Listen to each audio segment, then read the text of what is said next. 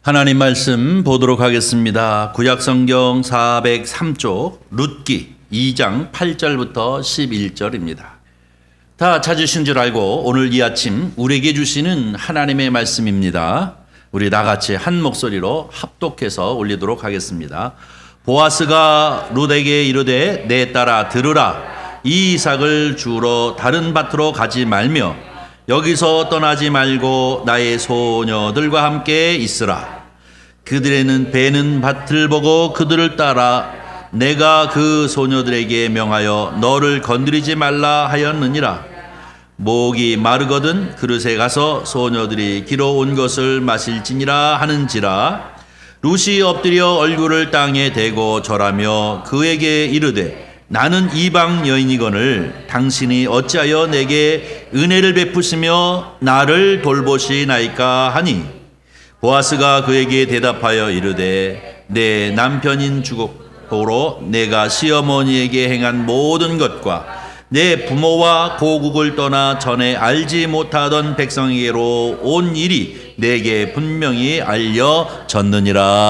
아멘. 8절부터 11절 말씀을 가지고 함께 은혜를 받을 제목은 어찌하여 나를 돌보시나이까 입니다. 저를 한번 따라해 주세요. 어찌하여 나를 돌보시나이까. 한 번 더 할까요? 어찌하여 나를 돌보시나이까. 은혜 시리즈로 계속해서 은혜에 관한 말씀을 했는데요. 한 가지만 기억하세요. 이 은혜는 헤세드, 히브리어로 헤세드인데요. 언약을 기반으로 한 사랑입니다. 그저 그냥 기분 좋으면 동정하듯이 또 기분 좋으면 뭐 이렇게 저 사람 좀 베풀어야지 그런 마음이 아니라 언약, 하나님과 우리의 사이에 맺어진 언약을 바탕으로 한 하나님의 은혜, 이것이 바로 이 헤세드.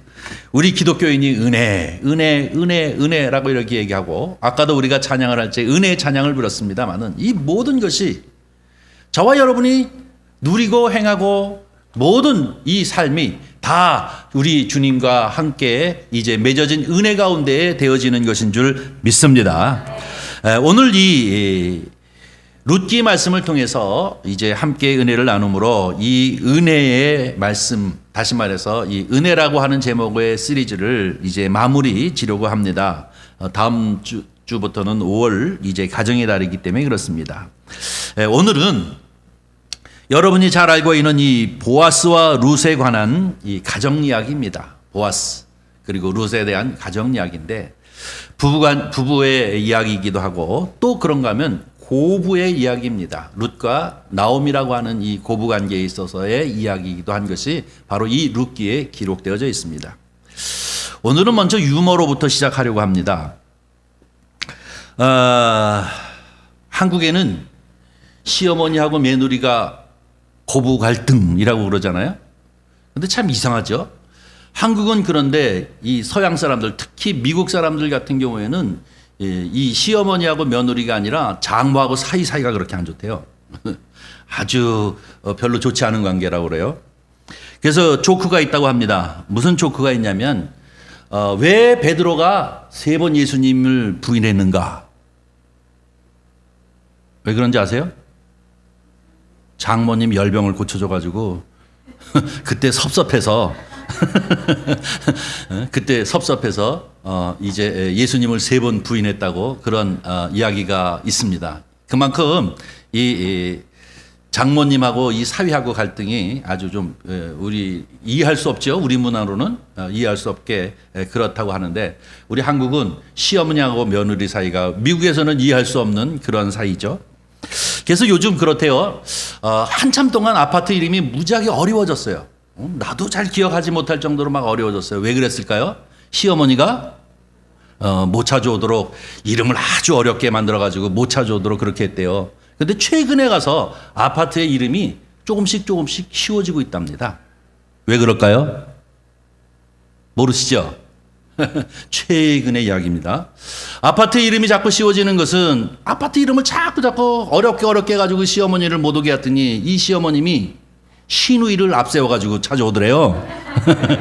그래서 둘이 오는 것보다는 한 명이 오는 게 낫겠다 싶어가지고 다시 아파트 이름을 쉽게 이렇게 했다고 합니다. 이만큼 이 가정이 회복되어진다고 하는 것은 너무나도 중요합니다.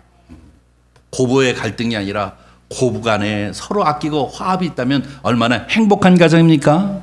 부부 간에도 서로 위하고 또 높여주고 또 이제 함께 협력해주고 한다고 하는 것은 얼마나 큰 은혜요 축복인 줄 모릅니다. 이 차제에 저와 여러분이 함께 이제 속해 있는 모든 가정들이 정말로 은혜가 넘치고 또 사랑이 넘치고 서로 위하는 이 화해와 축복이 넘치는 그러한 가정들이 되어지기를 주님의 이름으로 간절히 축원합니다. 갈등이 없이 화합하고 회복되어지는 그런 역사가 있기를 바랍니다. 오늘 이 룻기 이야기를 이제 시작하려고 합니다. 룻기는 성경 구약 성경에 나타나 있죠. 구약 성경에 있는데 1장, 2장, 3장, 4장, 4장으로 되어져 있습니다. 이 룻기 1장, 2장, 3장, 4장, 4장으로 되어져 있는데 여기에 가장 중심적인 단어는 무엇이냐면 은혜입니다. 은혜. 헤세드라고 하는 이 은혜입니다. 1장도 2장도 3장도 4장도 다 은혜에 관한 이야기를 하고 있는 것을 볼 수 있습니다. 이 룻기는 그러면 성경에 나와 있는 역사의 어느 위치에 있느냐? 사사시대입니다. 사사시대. 여러분이 잘 알다시피 출애굽을 하고 난 이후에 광야 40년을 지나고 그리고 여호수아와 갈렙을 통해서 가나안 땅을 정복하고 그리고 그 땅을 모두 12지파와 그 자손들에게 다 분배해주고 그리고 난 후에 이들이 죽고 사사시대로 넘어가는데요. 이 사사시대 초중반 정도쯤에 일어난 사건이 바로 이 룻기입니다. 그래서 사사기, 룻기, 사무엘상하 이 중간에 있는 이유가 바로 여기 있습니다. 뿐만 아니라 이 룻기 1장 1절에 보면 뭐라고 얘기하면 사사들이 치리할 때에 라고 이렇게 표현하고 있는 것도 이 가정의 이야기가 지금 사사시대에 일어난 이야기구나 하는 것을 우리가 알게 되어지는데요. 이 사사시대에 이 유다 나라의 베들레헴에 이제 있었던 일입니다. 베들레헴 지역에 엘리멜렉이라고 하는 사람이 살고 있었고 그 엘리멜렉의 아내가 나오미고 그리고 그에게 두 아들이 있었습니다.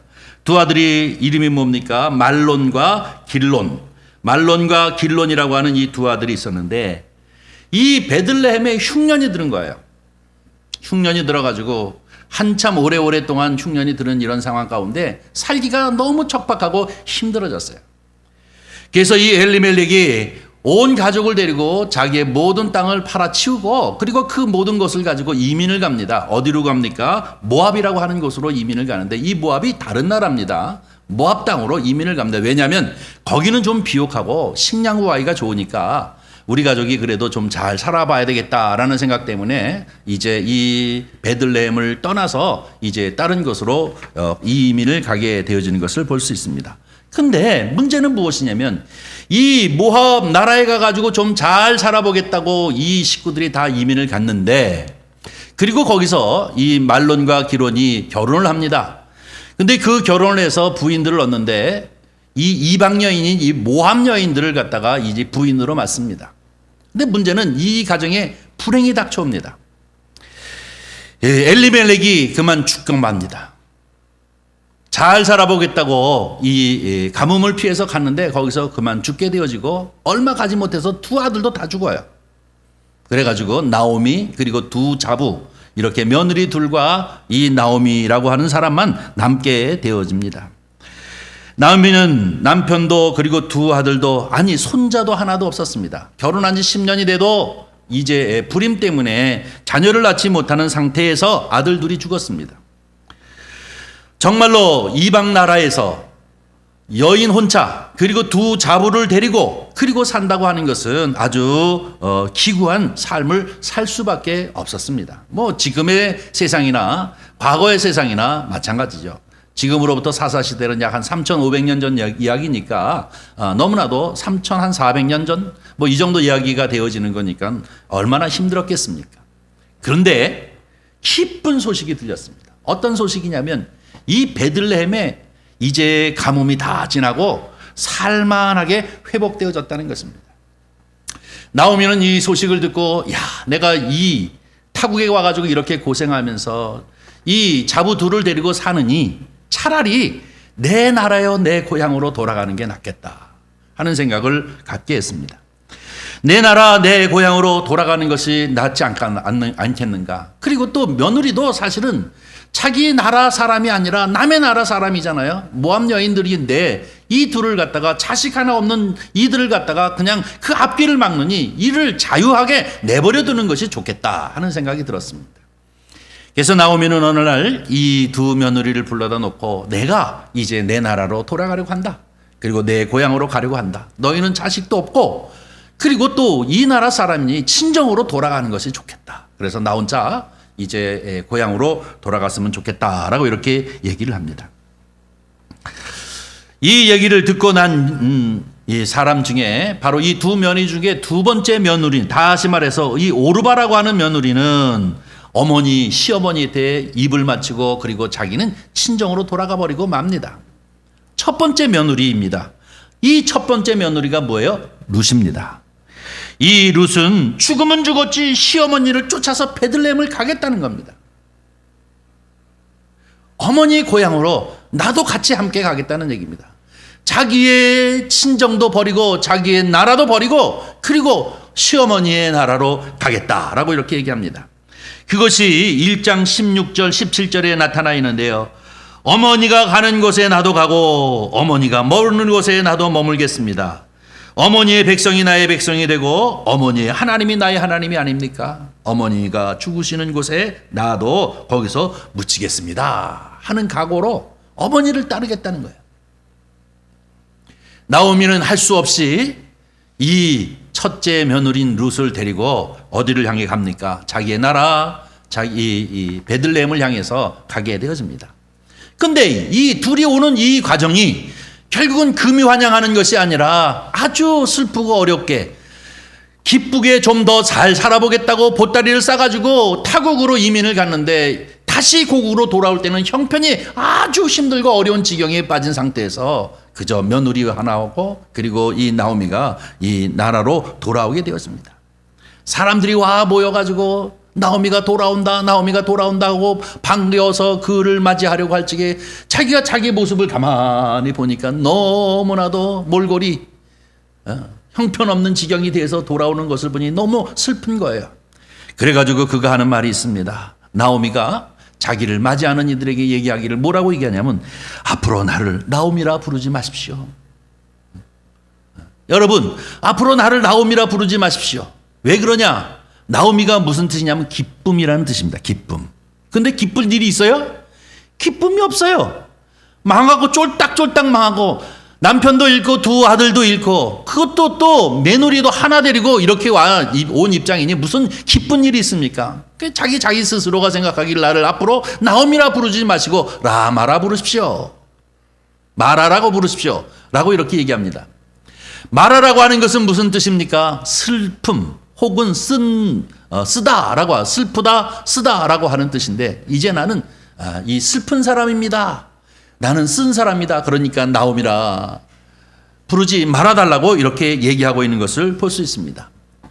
여러분 이 얘기는 무엇입니까? 하나님 전능하신 하나님이 나를 괴롭혀 나는 이렇게 어려운 지경에 떨어졌으니 이제 나는 앞으로 이제 나오미라 부르지 말아달라라고 이렇게 얘기하는데요. 얼마나 슬프고 힘든 인생을 이제 살고 있는 것을 우리에게 아주 적나라하게 여실히 보여주고 있는 그런 상황이지 않습니까? 그러나 오늘 제가 이제부터 말씀을 드리고 싶은 것이 이것입니다. 하나님은 그를 포기하지 않으셨습니다. 하나님은 그에게 은혜를 베푸시는 겁니다. 헤세드의 은혜를 베푸시기 시작하는 것입니다.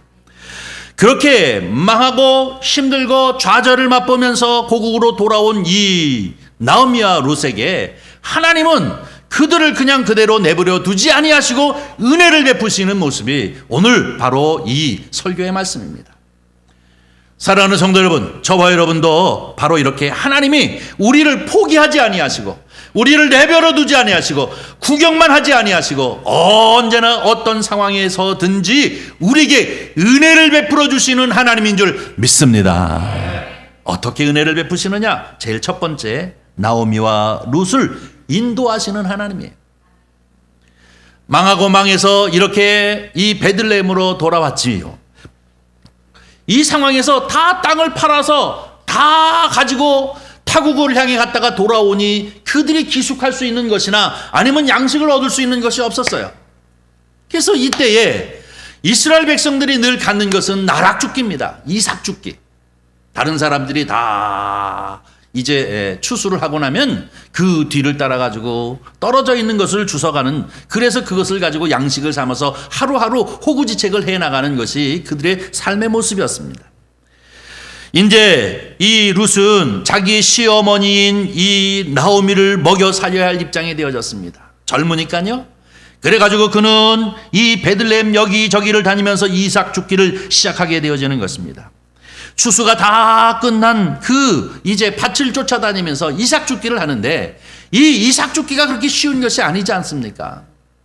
그것도 이방인으로서, 이방 여인이 모든 이 추수가 끝나면 그것에 가서 이 이삭을 주워가지고 그것을 가지고 먹고 살려고 한다는 것은 그렇게 쉬운 일이 아닙니다. 여기에는 상당한 위협이 따릅니다. 왜냐하면 거기에 대부분이 몰리는 사람들이 이제 이렇게 나그네인 이방인이나 아니면 가난한 자들이나 아니면 과부 고아 이렇게 아주 소외된 계층들이 이렇게 살아야 하는 그런 상황이기 때문에 그러한 것입니다. 여러분이 잘 알다시피 이스라엘은 하나님께서 이 레위기를 통해 가지고 이스라엘 백성들에게 명령하신 명령이 있는데, 그것이 무엇입니까? 너희가 이 곡식을 거둘 때는 그것을 다 베지 말고 네 구퉁이를 나누어서 베라라고 얘기하고 있습니다. 네 구퉁이는 베지 말라는 것입니다. 그러면서 여호와 하나님께서 하시는 말씀이, 이것은 가난한 사람이나 이방인이나 과부가 고아나 이런 사람들을 위하여 그것을 내버려둬라. 그래서 그것을 먹고 살 수 있도록 하나님의 사랑으로 배려한 그러한 방법으로 그들에게 명령하셨기 때문에 낱낱이 다 이제 나락을 벤 것이 아니라 어느 정도 네 구퉁이에 남겨두고, 그리고 이제 떨어뜨려진 것도 그대로 걷어가는 것, 다 걷어가는 것이 아니라 그대로 내버려뒀습니다. 이것을 가지고 이제 거두어서 살아가는 것입니다. 근데 이 룻이 이 밭을 저 밭을 다니다가 마지막에 이제 건 것이 어디냐면, 여러분이 잘 아는 이 보아스라고 하는 사람의 밭. 그는 상당한 부자였습니다. 이 보아스가 이 관리하고 있는 그의 땅인 이 밭에 가게 되어진 것입니다. 거기서 나락을 죽게 되어졌습니다. 근데 마침 이 보아스가 많은 밭들이 있는데 그 중에 이 나락을 죽고 있는 룻이 나락을 죽고 있는 거기에 같이 참여할 수 있게 되어진 것입니다. 만날 수 있게 되어진 것입니다. 이것은 우연이라고 표현하고 있습니다. 성경은. 그런데 여러분, 예수 믿는 사람들은 우연히가 없는 줄 압니다. 우연히가 아니라 하나님의 인도하심입니다. 바로 이 룻을 하나님이 거기로 인도하셨고, 또 그 순간에 바로 이 보아스도 그것으로 인도하셨습니다. 이 보아스는 누구입니까? 엘리멜렉의 친척이지 않습니까? 집안이에요, 집안.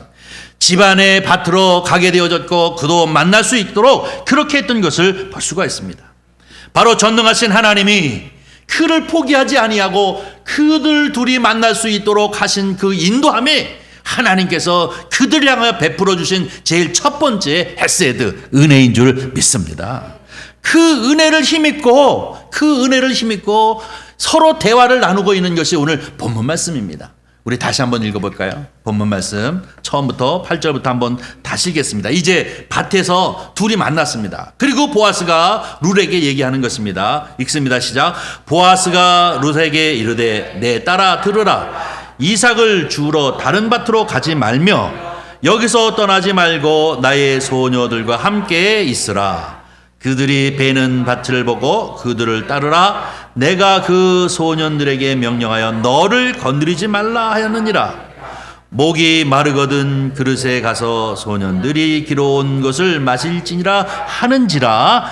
룻이 엎드려 얼굴을 땅에 대고 절하며 그에게 이르되 나는 이방년이거늘 당신이 어찌하여 내게 은혜를 베푸시며 나를 돌보시나이까 하니, 보아스가 그에게 대답하여 이르되 내 남편이 죽은 후로 내가 시어머니에게 행한 모든 것과 내 부모와 고국을 떠나 전에 알지 못하던 백성에게로 온 일이 내게 분명히 알려졌느니라. 아멘. 이 얘기는 뭡니까? 네가 한 모든 것들을 누가 알고 있다고요?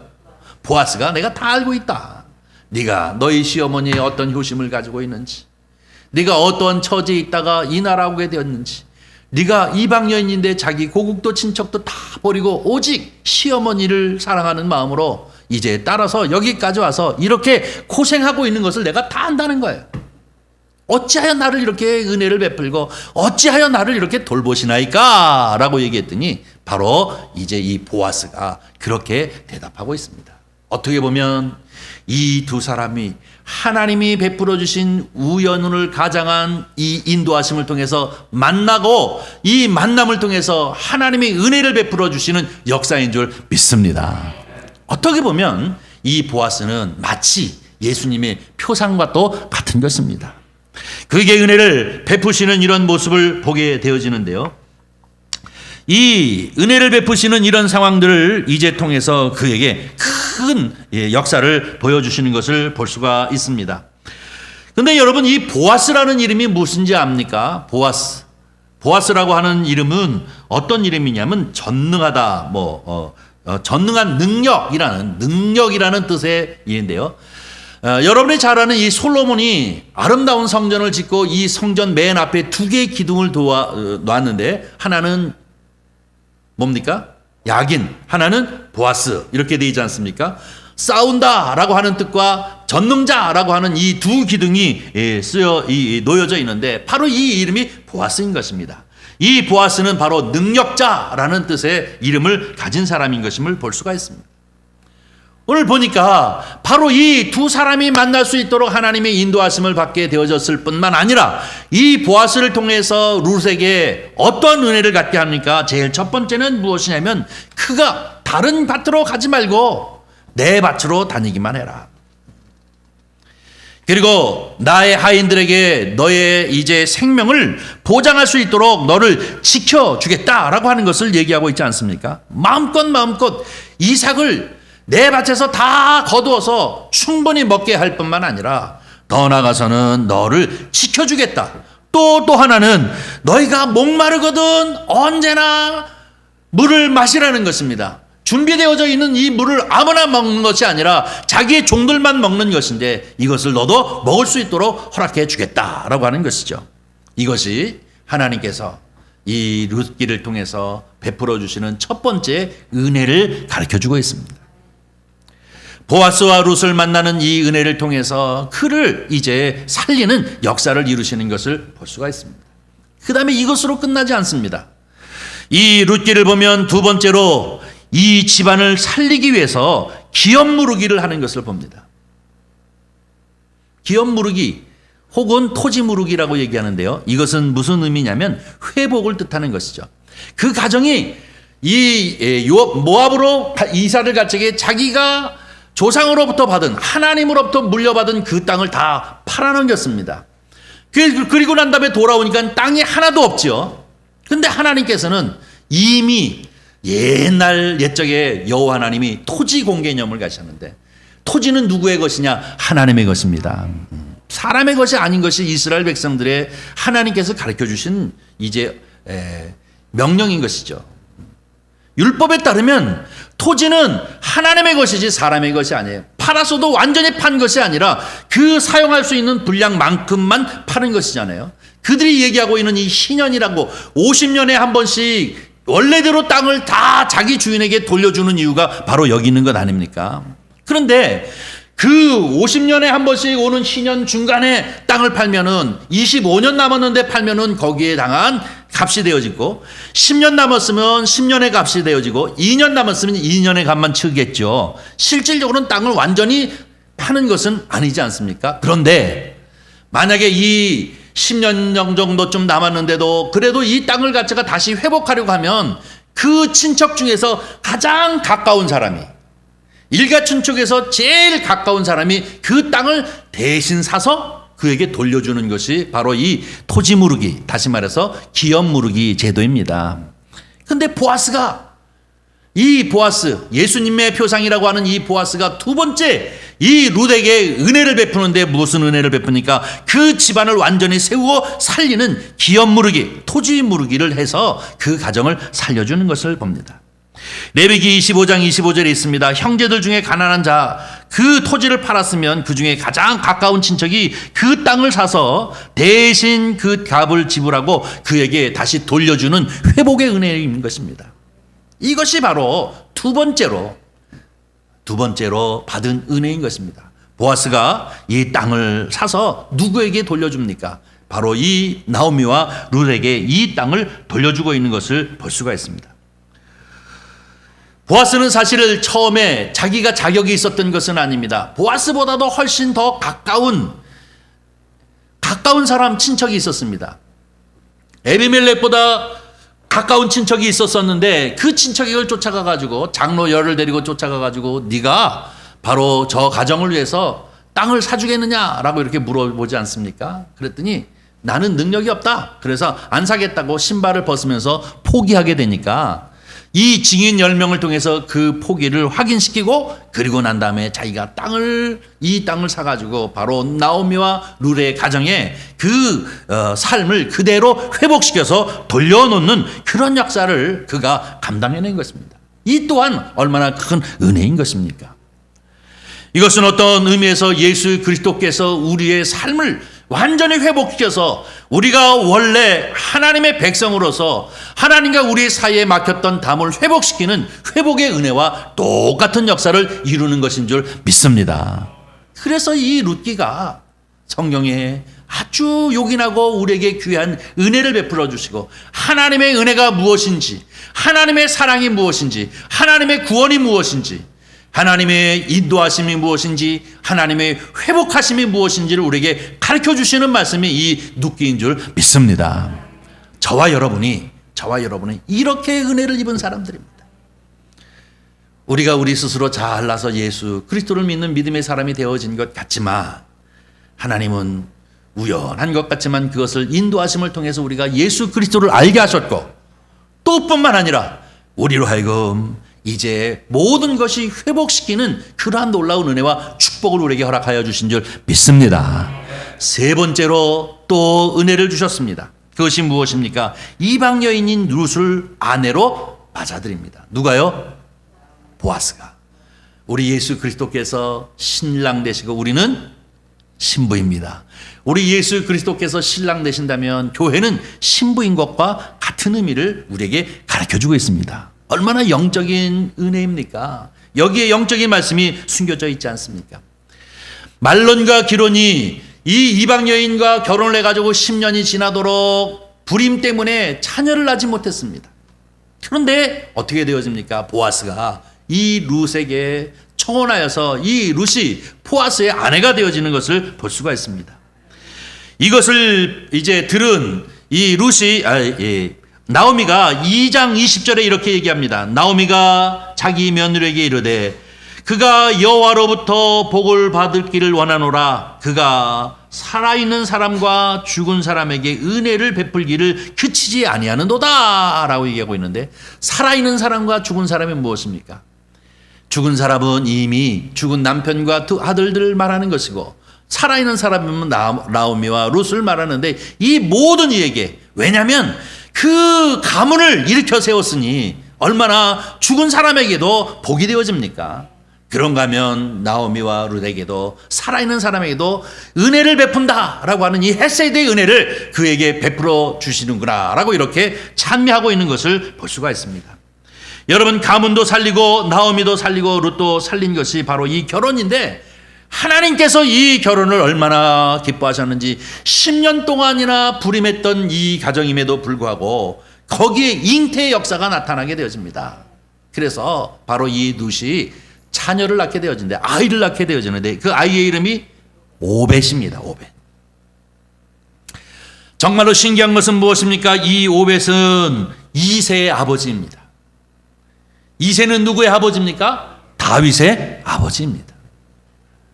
여러분, 마태복음 1장 1장은 아브라함과 다윗의 자손 예수 그리스도의 세계라 라고 얘기하고 있는데, 다윗의 후손을 통하여 누가 나타나십니까? 메시아이신 예수 그리스도가 오셨다고 그 계보를 소개하고 있는 것을 볼 수가 있습니다.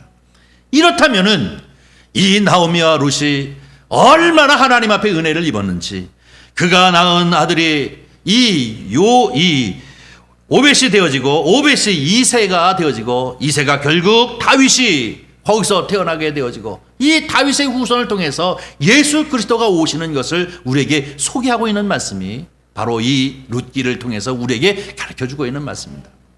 사랑하는 성도 여러분, 가만히 이 룻기를 묵상하면 여러 가지 영적인 측면에서 우리에게 많은 은혜를 주고 있습니다. 하나님이 우리를 구원하시는 일들이, 우리는 마치 내 갈 길을 가겠다고, 내 살 길을 사겠다고 모든 것 다 팔아치우고 그리고 저 모압 땅으로 가서 자기 방식으로 살아보겠다고 했다가 쫄딱 망하고 돌아오니 그때 누가 기다리고 있습니까? 하나님의 은혜가 기다리고 있어서 우연을 가장해서 그리스도를 알게 하시고 또 그것뿐만 아니라 우리로 하여금 완벽하게 회복해 주시는 회복의 은혜가 있게 하시고 더 나아가서 하나님의 자녀로서 삼으시고 그 족보 안에 하나님 아들이신 예수 그리스도와 더불어 살아가는 삶을 우리에게 축복해 주시는 그 축복의 은혜가 저와 여러분 가운데 미친 것인 줄 믿습니다. 이것이 바로 은혜인 것입니다. 사랑하는 성도 여러분, 우리가 이제 10여 차례에 걸쳐서 이 은혜를 중심으로 하고 있는 말씀을 나누었지만 정말로 저와 여러분은 은혜 받은 자인 줄 믿습니다. 헤세드의 은혜입니다. 하나님과 우리 사이에 언약적, 하나님은 변개하지 아니하시고 하나님은 시건치 아니하시고 하나님의 말씀은 곧 진리입니다. 하나님의 말씀은 곧 생명입니다. 하나님과 우리와 맺은 이 언약은 변하지 아니하는 진리의 말씀인 줄 믿습니다. 그런데 이 언약의 말씀을 바탕으로 하고 우리에게 베풀어 주시는 그 사랑의 은혜가 저와 여러분 가운데 미치게 되어진 줄 믿습니다. 그래서 담대한 거예요. 그래서 기쁜 것이에요. 주님을 생각하기만 하면 기쁜 것이고 주님을 생각하기만 하면 담대한 것이에요. 내 현실적인 상황이 어떠하든지, 내가 미쳐있는 여러 가지 이제 상황들이 어떠하든지 그것을 통해서 하나님은 어떻게 역사하시는가 하는 것을 언제나 우리는 기대하면서 믿음을 가지고 주님의 은혜를 힘입으면서 살아가는 것이 저와 여러분인 줄 믿습니다. 이것이 룻기가 우리 모든 믿는 사람들에게 기쁨이 되어지고 룻기가 우리 모든 사람에게 은혜가 되어지는 줄 믿습니다. 여러분, 에녹은 죽음을 맛보지 못하는 살리는 구원의 은혜를 보여주시는 모습이었습니다. 그런가 하면 노아는 언제나 동행하는 하나님, 아브라함은 복의 근원이 되시는 하나님의 놀라운 은혜를 입었습니다. 야곱은 하나님과 함께 하셔서 그로 하여금 이스라엘이라고 하는 축복을 누리기도 하지 않았습니까? 요셉은 내려가는 인생일 때마다 하나님께서 거기에 참여하셔서 그로 하여금 총리 대신을 세우시는 은혜를 입었습니다. 한나는 하나님 앞에 통곡하고 기도함으로 말미암아 문제를 해결받고 이 사무엘을 낳아서 하나님 앞에 바치는 놀라운 은혜를 입은 사람이 아닙니까? 그런가 하면 다윗은 겸손하여 이제 정말로 통일 왕국의 아주 위대한 왕으로 하나님의 은혜를 입었습니다. 무비보셋, 이것 무엇이기에 나를 돌보시나이까 라고 얘기하는 것처럼 무비보셋 형편없는 지경에 있었지만 다윗의 긍휼함 곧 하나님의 은혜임을 우리가 다시 한번 깨닫게 되어집니다. 야베스라고 하는 사람, 하나님 앞에 구하고 구한 것을 다 복의 복을 받은 사람이 바로 이 야베스인 줄 믿습니다. 지금 이 에녹으로부터 시작해서 야베스, 심지어는 우리 룻과 이 보아스에 이르기까지 이 모든 것이 구약 성경에 보면 면면이 흘러가고 있는 하나님의 이 헤세드의 은혜가 있는 것처럼 이것은 그들에게만 머무른 것이 아니라 이것이 곧 예수 그리스도를 통하여 우리 모두에게 하나님의 은혜가 넘치게 되어지는 줄 믿습니다. 그래서 우리는 언제나 서나 주님의 은혜인 것입니다. 우리가 여러 가지 어려운 상황에서도 주님의 은혜를 우리는 고대하고 기대하면서 우리는 용기 있게 살아야 될 줄 믿습니다. 우리 하나님은 여러 가지 형태로 우리를 회복시키고 우리를 축복하시고 우리로 하여금 하나님의 백성으로 이제 담대하게 살 수 있도록 우리를 이끌어 주시는 놀라운 은혜를 우리에게 허락하여 주시는 줄 믿습니다.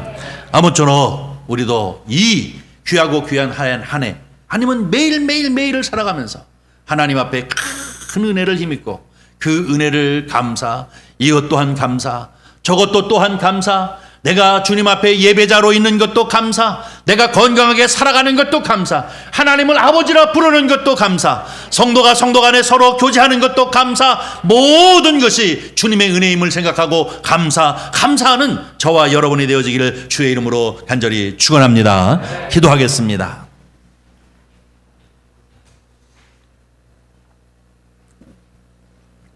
자비로우신 아버지 하나님, 주님의 은혜와 사랑을 감사합니다. 우리의 숨 쉬는 소리, 우리의 신음의 소리도 언제나 귀 기울여 주시옵시고, 우리 앉고 서는 것이나 우리가 계획하는 것이나 이 모든 것들을 주님께서 늘 이제 간섭하시고 인도하시는 손길이 있는 줄 믿습니다. 하나님의 백성으로 우리에게 은혜를 덧입혀 주신 하나님 아버지, 언제나 우리의 삶의 현장에서 주님 앞에 감사 또 감사하며 주님의 은혜인 것을 늘 고백하며 사는 저희들이 되어지도록 주여 축복하여 주시옵소서. 아버지 하나님, 모든 것을 회복시키시고 또 모든 것 위에 우리를 주님께서 높이시는 주님의 손길이 있는 줄 믿습니다. 이것을 확신하고 믿음을 가지고 살아가는 가운데 정말로 하나님이 함께 하시는 하나님의 축복을 바라보며 하나님의 은혜를 바라보며 늘 승리하며 아버지 하나님 앞에 영광 돌리는 주의 백성이 되어지도록 축복하여 주시옵소서. 주께서 함께 하시기를 간절히 바라옵고 나오며 우리 구주 예수님의 이름으로 기도하옵나이다. 아멘.